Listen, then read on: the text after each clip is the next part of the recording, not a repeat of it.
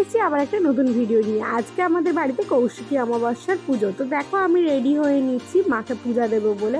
তো মার শাড়িটা অনেক দিন ধরেই এই শাড়িটা ছিল, তাই আমরা বদলে নিচ্ছি শাড়িটা, কারণ এখন মাকেও নতুন রূপে সাজাতে হবে, কারণ আজকের মায়ের দিন বলে কথা। তাই দেখো মায়ের সাজ মোটামুটি কমপ্লিট হতে যায়। তোমরাই বলো কেমন লাগছে মাকে এই রূপে সাজিয়ে।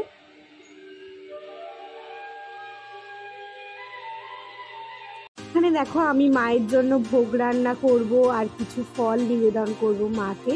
তো তার জন্য দেখো ফলগুলো কেটে নিচ্ছি। তো ময়দা মাখানো হয়ে গিয়েছে, তো এখন আমি মায়ের জন্য লুচি বেলে নিচ্ছি। তারপর দেখো গরম গরম লুচি ভাজা হচ্ছে মায়ের ভোগ নিবেদনের জন্য। তো এখন আমি সন্ধ্যাবেলা মায়ের জন্য পায়েস বানাচ্ছি। তো সেটাই তোমাদের কাছে বলছি যে দেখো পায়েসটা কীভাবে করছি আমি মায়ের জন্য। তুমি সবাই জানো পায়েস কীভাবে করতে হয়। তো দেখো এখানে আমি মাকে মালাটা পরিয়ে দিচ্ছি, তারপর আরতি।